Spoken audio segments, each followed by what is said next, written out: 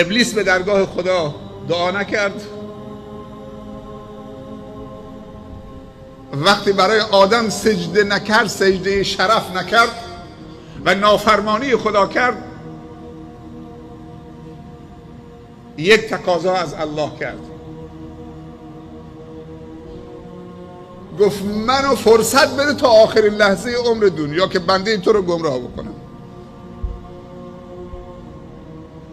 در ظاهر نباید خدا بهش فرصت میداد، گفت من آشکارا میخوام بنده تو رو گمراه بکنم، منو جهنمی کردی، میخوام جهنم تو پر بکنم با بندگان تو و همه رو منحرف میکنم، به من فرصت بده.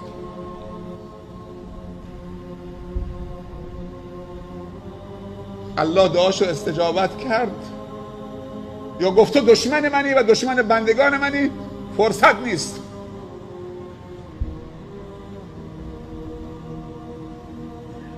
پس الله تقاضای ابلیس هم پاسخ داد، چون که از بندگانش اطمینان داشت.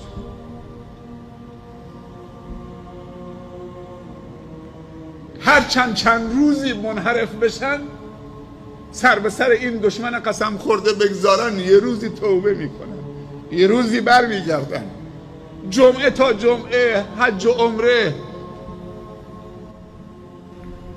ماه مبارک رمضان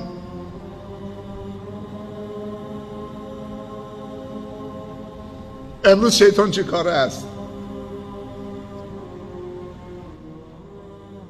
جبرائیل امین وقتی که نازل می شد علیه السلام بر پیامبر صلی الله علیه وسلم برای تلاوت قرآن، وقتی میخواست بره میگفت سلام خدیجه رو برسون. سبحان الله.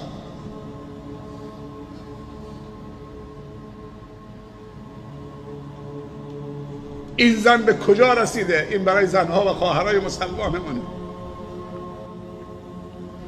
4 زن به کمال رسیدن، یکیشون ام المؤمنین خدیجه هست، مادر ما و شما.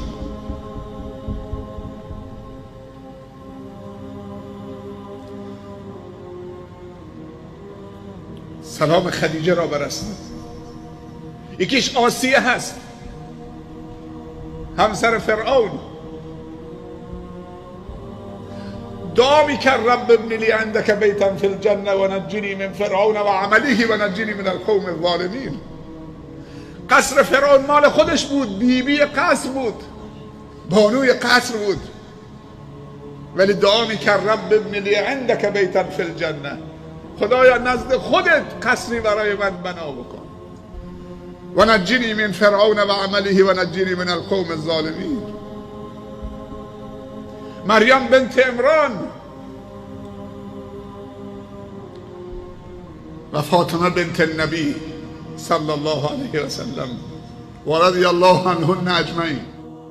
از باغهای بهشت در روی زمین حلقه های علمی است، قرآنی است، دینی است که در اون حلقه الله به بزرگی یاد میشه، از عظمت و بزرگی الله جل جلاله صحبت میشه، کلام رب العالمین تفسیر میشه. چقدر جامعه ما نیاز به این جلسات داره عزیزان من. الان نفس ها به آرامش رسیده، به طمأنینه رسیده. یا ایتها النفس المطمئنه ارجعی الی ربک راضیة مرضیة وادخلی فی عبادی وادخلی جنتی.